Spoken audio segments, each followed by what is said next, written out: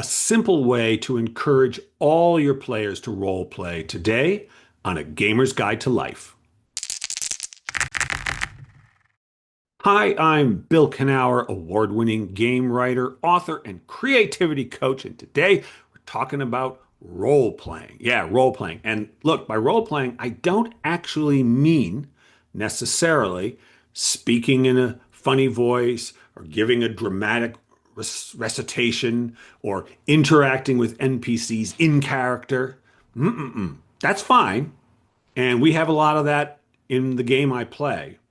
But what I'm describing there, is really a form of improv acting, and it's a particular skill, and not everybody has it, and not everyone's interested in it. I think more people started doing it when the theater crowd kind of got into it starting in 2014. Great, great. It's a natural fit if you're into that sort of thing. But, and here's the thing, and I heard Questing Beast is his name. He has a wonderful OSR themed YouTube page. If you're not familiar with him, go check it out. He pointed out something that I thought was really smart, which is this. There are people who play games like Dungeons and Dragons, fantasy role playing games, who don't do role playing, who aren't interested in it, who don't partake in it, who are always passive when that's going on, and they love the game. And I thought it was a really good point, and it occurred to me that in all the games I've ever run, going all the way back to the 80s, there have always been those people who role played with gusto and those who simply didn't at all. And they both were both types of people were at the table and they were both liking it. And so we cannot say that that kind of theatrical role playing is a necessity to play a role playing game. It's just not. But I think there is a version of role playing that is more game oriented that I think everyone can participate in. And that's what I'm going to talk about today. I first thought about this actually when I interviewed an author named Richard Thaler. I should say I have a podcast and another YouTube page. The podcast is called Author to Author, and I interview writers of all stripes, from fantasy writers to science fiction writers to literary writers to memoirists to one and only economist, Richard Thaler. He is a Nobel Prize winner. Oh my God, yeah. He wasn't when I interviewed him, but he is now. Anyway, he wrote a book called Nudge. He's a behavioral economist, and he pointed out to me, and I thought this was brilliant. Well, he won the Nobel Prize. Economists tend to treat people. I think that he had a term like they were called econs. They thought of people as like machines almost who went and spent money based on their needs. They spent money to survive, to keep themselves warm, to improve their quality of life. All of which is true. But Richard Thaler made the obvious but kind of brilliant observation that that's not always the case. That people, if the person goes to the grocery store on a Tuesday to buy groceries for the week, but they're hungry, maybe they skipped lunch and they go to the grocery store, they're going to spend more money that day possibly than if they had had a full lunch.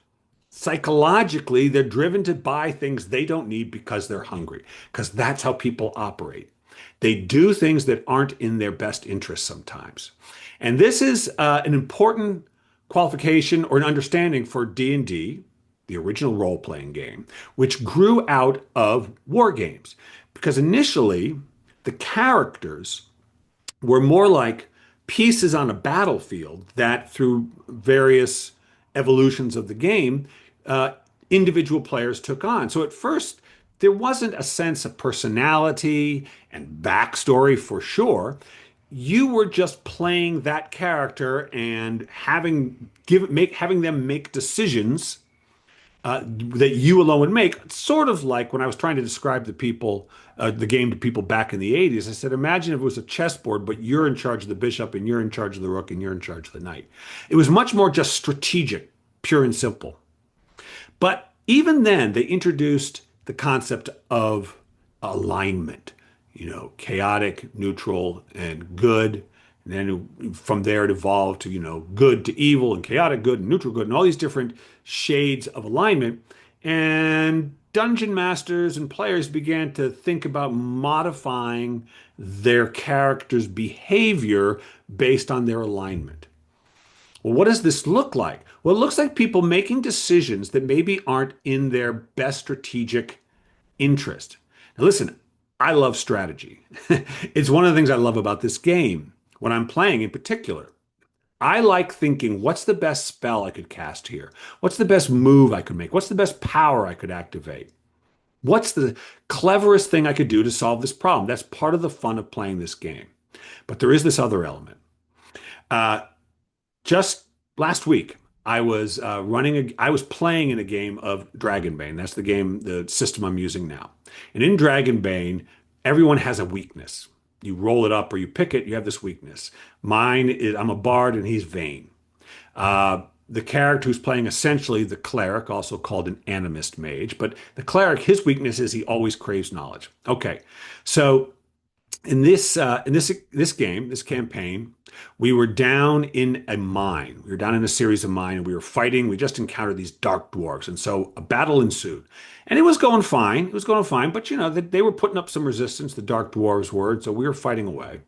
And it came to the cleric's turn, and he, I guess, noticing that no one needed any healing right then, he glanced to the west and he noticed a room was open in which he spied some books and scrolls. Knowledge. Ooh, he said. Interesting. And he said, I'm turning here. I'm going to go look at those books. Uh, to which I, strategist that I was, nearly shouted out, What are you doing? We're in the middle of a combat. And then I remembered, oh, right. His character likes knowledge. So in he went to investigate this room just to take a peek in it.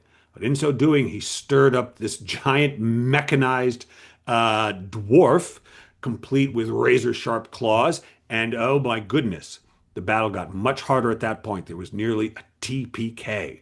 And so very touch and go. And one of our characters did in fact die. But no one blamed Dave, the player who played the cleric. No.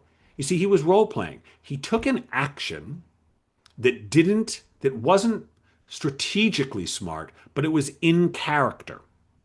Another great example from that was about a game before that I was running. The last Dragonbane adventure that I was running was a campaign, and the players had just stormed this fort. They defeated the occupants of it, but it drained all their resources. They were beat up. They were out of magic. They were down to just a few hit points.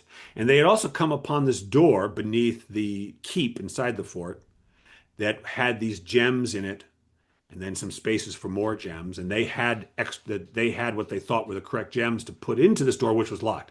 Assuming, okay, we put the gems in, the door will open. And they wanted to go and see what was beyond that door, but they thought, locked door, special gems locking it. Let's not do that now. There's got to be something behind there. Let's rest. And so they went up to the rooftop of the keep. Smart. They went up to the rooftop of the keep and said, we're going to rest here for the night. Okay. Well, I had them roll, because that's the way I do it. I said, roll a random encounter, which they did. And they rolled a group of goblins. And a whole bunch of goblins showed up. Well, normally, my party, my players, would not balk at a chance to fight goblins. I could probably count on one hand the number of times they have avoided a combat in the 45 years or 50 years we've been playing together. But on this night, just to let you know how beat up they were, they said, no, let's just lay low, stay quiet, let the goblins poke around, and then they'll leave and we'll be good. But while they lay low, waiting for the goblins to poke around, they heard the goblins monkeying around in the keep, on top of which they were resting, and then heard more noise and fiddling, and they heard the goblin word for gems and the cackling. And they put together that the goblins had plucked the gems out of that door and were running off with them. Okay, at this moment, one of the players, Peter, was playing a mallard. There are mallards in Dragonbane, and mallards have a temper, and that was his weakness, a horrible temper. And he said to me, "Oh, Bill, I'm so mad. I want to make a will roll to see if I can resist chasing them." I said, "Go for it, Pete." So he makes the will roll. He fails it. And so he said, "I'm going after him." Well, the rest of the party knew this would be no good. And so what ensued was the other fighters in the party trying to tackle and restrain him. And of course, it just so happened the mallard was the strongest member of the party somehow. Very funny, very interesting. They're having to hold him down. They're having to talk him out of it. The knight is making persuasion rolls to try to convince him it's okay, don't do it, don't worry about it. As it happens, they were able to calm him down and keep him from chasing the goblins and convince him that they would get them the day after. Great role playing. Okay. This to me is an easy way for everyone to role play. If you give each character some kind of weakness, and most systems have a way of coming up with that, you can encourage them to act on that weakness if there's some reward. In uh, Dragonbane, you actually have a chance to gain experience if you succumb to your weakness. In games like 5e or Shadow Dark, 5e adjacent games, you might award inspiration, yeah, or luck. There could be some material reward. And if you do that and encourage it, and the players, and they don't have to be good at improv theater, they don't have to be good stand-up comedians, they don't have to be able to do funny voices, but if they take an action that isn't the smartest thing, but is in keeping with their character, the players, will begin to learn how fun that can be, the kind of mayhem it can create. But mayhem generated by the players in character is some of the best mayhem there is. And in that moment, it really becomes a role-playing game. In other words, they aren't just soldiers that you manipulate on the field. No, they have their own desires that have nothing to do with killing monsters and getting experience points. They're vain, and so they want people to praise them. They're just a little greedy, so maybe they steal things. They want knowledge, so they go looking for it when they shouldn't. It doesn't have to be much, but I think just adding that layer of flavor makes it a role-playing game. And to have the role playing really affect the game, now it's all the better. So let them choose some weakness. Let them choose some weakness that actually affects the game.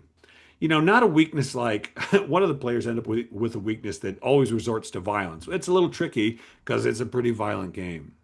So it should be something that they have to, that is not always in their best interest, but it's there. And if they want to act it out and do like actual sort of, improv type interactions with NPCs, that's fine. But if it's simply action based, that's fine too. Bring the character in with action, with weakness. Yeah, that's where the fun is. So there you go. An easy way to have a little role playing, regardless of how theatrical you are. Yeah. Hey, again, hit subscribe. If you like it, say so. I love to hear from you. Maybe give me some of your ideas for how you did role playing. That's right. I'd love to hear it. Okay. Until next week, this is Bill Canower. Keep rolling dice. Keep having fun.